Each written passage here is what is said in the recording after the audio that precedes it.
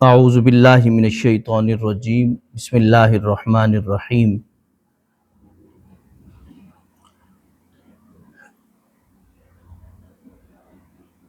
محترم مکرم محتشم سامعین، حاضرین ناظرین، ہم آپ کے سامنے میثاق مدینہ اور مواخات مدینہ کے حوالے سے بیان کر رہے تھے۔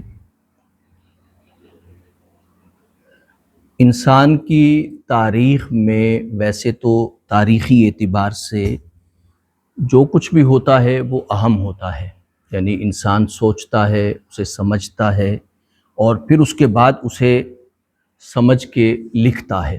یقینی بات ہے کہ انسان کی تاریخ ماضی کے احوال کو، ماضی کے حالات کو اور ماضی کی چیزوں کو بیان کرتی ہے، لیکن اس میں سب سے اہم چیز جو ہے وہ معاہدات ہوتے ہیں یا معاہدے ہوتے ہیں، جو کہ انسان نے اپنی فکری اعتبار سے باہم بیٹھ کے کچھ باتیں طے کی ہوتی ہیں۔ یعنی جب کچھ لوگ بیٹھ کے، انسان بیٹھ کے اپنے مسائل کے حل کے لیے معاہدہ کرتے ہیں، ایگریمنٹ کرتے ہیں، تو وہ دراصل انسان کی سوچ اور فکر کی نمائندہ چیز ہوتی ہے۔ جب چند افراد بیٹھتے ہیں، کچھ چیز لکھتے ہیں، اسے تحریر کرتے ہیں اور تحریر کر کے یہ بتاتے ہیں کہ ہم ان کی پابندی کریں گے۔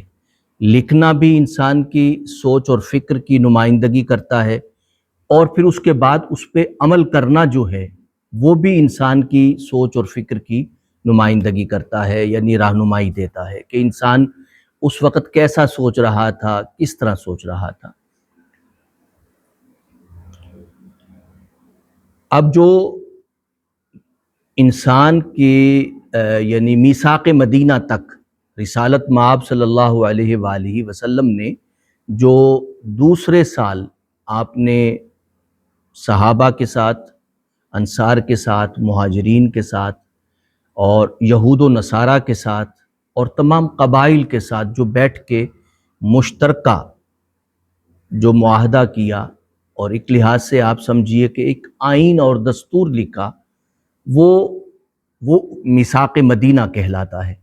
اور مواخات مدینہ یہ ہے کہ رسول اللہ صلی اللہ علیہ وسلم نے انصار اور مہاجرین یعنی ہجرت کرنے والے صحابہ اور انصار جو ہیں ان کو باہم فیملیز کو بھائی بھائی بنایا تھا، اور وہ بھائی بھائی بنے تھے رسالت مآب صلی اللہ علیہ وسلم کے فرمان کی روشنی میں۔ اسی طرح یعنی یہ دو چیزیں رسول اللہ کے ہجرت کرنے کے بعد بہت اہم تھیں۔ میثاق مدینہ پہ ہم اس حوالے سے بات کر رہے تھے، مواخات پہ بھی بات کریں گے مختصر انداز سے۔ تو انسان نے جو سوچا معاہدے کے اعتبار سے، وہ تقریباً اگر ہم آج سے دیکھیں جو انسانی تاریخ میں موجود ہے وہ تقریباً 4000 سال ہے، اور اگر ہم میثاق مدینہ سے دیکھیں تو تقریباً 3000 سال آپ یوں سمجھیے کہ بن جاتا ہے۔ تو انسان کیا سوچتا ہے؟ جیسے میں نے عرض کیا کہ پہلے اس نے سوچا کہ بھئی امن کا معاہدہ کیا انسان نے جو موجود ہے معاہدات میں، پھر دفاع کا معاہدہ کیا، یعنی ہم ڈیفینس ایک دوسرے کے ساتھ کریں گے مل کے۔ یہ دو باتیں ہمیں میثاق مدینہ میں بھی ملتی ہیں، یعنی جو آپ کا دوست ہے وہ ہمارا دوست ہے، جو آپ کا دشمن ہے وہ ہمارا دشمن ہے، یہ دفاعی معاہدہ ہوتا ہے۔ کچھ باتیں ایسی ہیں جو میثاق مدینہ میں نہیں ہیں، مثال کے طور پہ کہ یہ بات میثاق مدینہ میں نہیں ہے کہ پہلے جو بادشاہت ہوا کرتی تھی تو بادشاہت کے بعد وہ یہ چاہتے تھے کہ دو حکومتیں، دو سلطنتیں، دو ملک جو ہیں وہ اس بات پہ بھی ایگریمنٹ کریں کہ اس کے بعد ہمارا بچہ جو ہے وہ وارث بنے گا، وہ بادشاہ ہوگا۔ یعنی معاہدات اس بات پر بھی ہوئے ہیں کہ ہماری آنے والی نسل جو ہے وہ بادشاہت پہ رہے گی اور اقتدار میں رہے گی۔ یعنی دونوں ممالک مل کے اس بات پہ ایک دوسرے کی معاونت کرتے تھے کہ آپ نے ہمارے بچوں کو اقتدار میں رکھنا ہے اور ہم نے آپ کے بچوں کو اقتدار میں رکھنا ہے۔ سو بادشاہت میں جو بچے ہیں وہی اقتدار حاصل کریں گے، جو ان کا خاندان ہے۔ لیکن یہ بات رسالت میں آپ صلی اللہ علیہ وسلم کے میثاق مدینہ میں ہمیں نہیں ملتی. اس میں کوئی بادشاہت نہیں ہے اور کسی کا کوئی تحفظ نہیں ہے. خود رسالت میں آپ صلی اللہ علیہ وسلم نے اس حوالے سے کوئی شک نہیں داخل کی کہ میرے بعد جو ہے میری اولاد بنے گی یا میری نسل بنے گی، یا اس طرح کی کوئی شک جو ہے وہ اس میں شامل نہیں ہے. اس کے بعد ایک اور جو شک شامل کی جاتی تھی، جو ایک دفعہ پوائنٹ کہیں آپ سادہ لفظوں میں، ایک نقطہ یا ایک پوائنٹ شامل ہوتا تھا، وہ یہ تھا کہ بھئی دونوں چونکہ بت پرست ہوتے تھے تو ان کا یہ خیال تھا کہ دیوتاؤں کا تحفظ جو ہے اس معاہدے کو دیا جائے، کہ دیوتا جو ہے اگر کوئی شخص ان دفعات سے یا ان پوائنٹ سے الگ ہوتا ہے تو خداؤں کی مار ہو اس پر، خداؤں کی لعنت ہو اس پر. تو یعنی دونوں جو ہے اس بات سے ڈرتے تھے کہ ہم پہ ہمارے خداؤں کی لعنت نہ ہو. آپ دیکھ لیں انسان جب خدا کو نہیں مانتا تو کئی خداؤں کو مانتا ہے. پھر تو شک میں یہ بات شامل ہوتی تھی کہ بھئی ہم نے جو ہے یعنی جو بھی اس اصول کو، قانون کو یا دفعہ کو یا نقطے کو وائلیٹ کرے گا، نہیں مانے گا، تو اس پہ اس کے خداؤں کی لعنت ہوگی. اور پھر یہ ہے کہ جو نہیں مانے گا اس پہ اس کے خداؤں کی بھی لعنت ہوگی اور ہمارے خداؤں کی بھی لعنت ہوگی. اور یہ بھی کہا جاتا تھا کہ بھئی وہ برباد ہوگا، اس کی نسل برباد ہوگی، اس کا ملک برباد ہو جائے گا. کیوں؟ اس لیے کہ اس نے خداؤں کے خلاف قدم اٹھایا ہے. تو اس حوالے سے جو ہے ہمیں تاریخ میں یہ چند باتیں ہمیں ملتی ہیں. لیکن یاد رکھیے کہ یہ معاہدات انسان کے مذہب کی سوچ کو بھی بتاتے ہیں، اس کی فکر کو بھی بتاتے ہیں. آپ کوئی بھی معاہدہ پڑھتے ہیں تو آپ کو معاہدے سے پتا چلے گا کہ یہ قوم کس لیول کی ہے، کس لیول پہ سوچتی ہے، اس کا عقیدہ کس لیول کا ہے، اس کی فکر کس لیول کی ہے. اور پھر یہ ہے کہ ایک بات ذہن میں رکھیے کہ ہم ایک لفظ بولتے ہیں کہ بھئی یہ فلاں تاریخ جو ہے اسلامی تاریخ ہے. کوئی بھی اسلامی تاریخ نہیں ہوتی، انسانی تاریخ ہوتی ہے. اسلامی تاریخ کس کی ہو سکتی ہے؟ اس لیے کہ ہم یہ کہتے ہیں، ہمارا یہ عقیدہ ہے کہ اسلام پہلے انسان کے ساتھ آیا ہے. ہم رسالت مآب صلی اللہ علیہ وسلم کے دور پاک سے لے کر آج تک اس کو اسلامی تاریخ نہیں کہہ سکتے، اس لیے کہ اس تاریخ کو اگر ہم اسلامی کہیں گے تو اس میں تو بنو عباس کا بہت ظلم ہے، بنو امیہ کا ظلم ہے، بنو فاطمی کا ظلم ہے، اتنا ستم ہے، اتنا ظلم ہے، اتنی سفاکیت ہے. ہم اس کو اسلامی تاریخ نہیں کہہ سکتے. پہلے ہم اسلامی تاریخ کہتے ہیں اور پھر اس کے بعد ہم یہ کہتے ہیں کہ بھی اسلامی تاریخ میں یہ ہوا. اسلامی تاریخ میں نہیں ہوا، انسانی تاریخ میں ہوا ہے. اس لیے کہ دیکھیے اگر ہم اس کو اسلامی تاریخ قرار دیتے ہیں تو جو ہم کہتے ہیں، ہمارا عقیدہ یہ ہے کہ انسان پہلا جب آیا اس کے آتے ہی اسلام آیا ہے. یعنی اسلام رسالت مآب صلی اللہ علیہ وسلم میں پیش نہیں کیا صرف، بلکہ حضرت آدم نے پیش کیا تھا. اس لیے کہ حضرت آدم اللہ کے نبی تھے.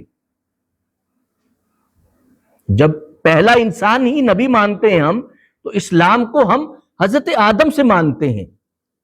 تو اگر دیکھا جائے تو اسلام کی تاریخ حضرت آدم سے شروع ہو جاتی ہے. یہ جو جب آپ دیکھیں نا کہ بھئی جب تضادات آتے ہیں چیزوں میں، یعنی تضاد جب آتا ہے چیزوں میں، تو ہمارے بچے کہتے ہیں کہ یہ کیسا اسلام ہے کہ جس میں یہ بات بھی ہے، یہ بات بھی ہے.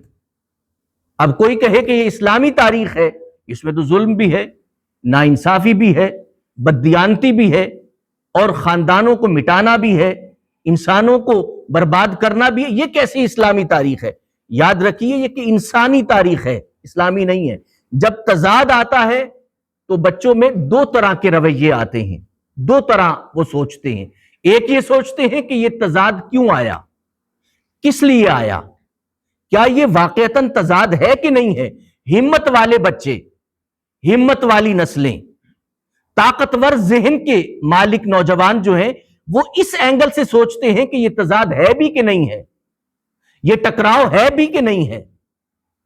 یہ تضاد آیا ہے تو پھر کہاں سے آیا ہے؟ گویا ان کے لیے ریسرچ کرنے، اپنے ذہن کو استعمال کرنے اور اپنے فکر کو استعمال کرنے کی راہیں کھلتی ہیں، اور ایک کم ہمت نوجوان نسل ہوتی ہے جو بس اس بات پہ ٹھہر جاتی ہے اور سوچتی ہے بھئی یہ تو مذہبی اس قابل نہیں ہے کہ اس پہ عمل کیا جائے، اس میں تو کوئی فکری بات ہی نہیں ہے، یہ تو ایک تضاد کے بعد ہم یہ سمجھتے ہیں کہ اس کے ہر قدم پہ تضاد ہے۔ وہ تضاد نہیں ہوتا، وہ دراصل ہماری فکر کی راہوں کو کھولنے کے لیے چیز آتی ہے، ہماری نوجوان نسل کو سوچنے کے لیے چیز آتی ہے، ہماری نوجوان نسل کی ریسرچ کے لیے چیز آتی ہے۔ اب اگر کوئی کہے کہ یہ اسلامی تاریخ ہے، میں آپ کو بتاتا ہوں کہ اسلامی تاریخ جو ہے وہ تو انسان سے شروع ہوئی ہے، حضرت آدم سے شروع ہوئی ہے، رسالت میں آپ صلی اللہ علیہ وسلم سے شروع نہیں ہوئی، تو یہ تضاد نہیں ہے۔ لیکن ہم جب اس طرح کم ہمت ہو جائیں اور سوچنے کی طاقت نہ رکھیں، یا یہ سوچیں کہ تضاد آ گیا ہے، لہٰذا ہم مثال کے طور پہ اگر کھانے میں دسترخوان سجا ہوا ہے، اس میں سے اگر کوئی ایک چیز اگر بد ذائقہ ہو جائے تو کیا ہم سارا دسترخوان اٹھا کے پھینک دیتے ہیں؟ سارے کھانے اٹھا کے پھینک دیتے ہیں؟ نہیں، ہم سارے کھانوں کو پھر چکھتے ہیں، پھر دیکھتے ہیں کہ اس کھانے میں اگر ذائقہ نہیں آیا یا بد ذائقہ ہوا ہے تو اس کی خرابی کی وجہ کیا ہے۔ لیکن ایسا نہیں ہے کہ ہم پورا دسترخوان اٹھا کے پھینک دیں، بلکہ ہم دسترخوان میں جو سجا ہوا ہے ہم اسے استعمال کرتے ہیں، ہم اسے کھاتے ہیں، اور جو بد ذائقہ ہے اس کی غلطی پہ غور کرتے ہیں۔ اسی طرح یاد رکھیے کہ مسلمان بچوں کو، مسلمان نسلوں کو، مسلمان نوجوانوں کو دراصل اگر کہیں پہ بد ذائقہ یا کوئی تضاد آتا ہے تو انہیں ذہن میں رکھنا چاہیے کہ پورا دسترخوان اٹھا کے نہیں پھینکنا، بلکہ وہ جو بد ذائقہ چیز ہے اس کے بد ذائقہ ہونے پہ غور کرنا ہے اور اسے سمجھنے کی کوشش کرنا ہے۔ اسے سمجھنے کے بعد آنے والی نسلوں کو یہ بتانا ہے کہ یہ بد ذائقہ چیز کیسے پیدا ہوئی ہے۔ تو اس لیے یاد رکھیے کہ اسلام کی تاریخ اسلام کی نہیں ہے، انسان کی تاریخ ہے، اور جب آپ کو کہیں پر بھی کوئی چیز کنٹروورشل نظر آئے، تضاد نظر آئے، تو یہ نہ سمجھیں کہ بس اب سارا کچھ اٹھا کے پھینک دینا ہے، بلکہ یہ سمجھنا چاہیے کہ ہمارے لیے اللہ نے ریسرچ کی راہ کھول دی ہے، ہمیں سمجھنا ہے کہ یہاں پہ غلطی کہاں پر ہے، اس غلطی کو سمجھنا ہے، اس غلطی کو سامنے لانا ہے اور یہ بتانا ہے کہ یہ غلطی کیوں پیدا ہوئی ہے اور اس غلطی کو دور کرنا ہے۔ اللہ پاک ہمیں عمل کی توفیق عطا فرمائے، آمین ثم آمین، وما علی الا البلاغ المبین۔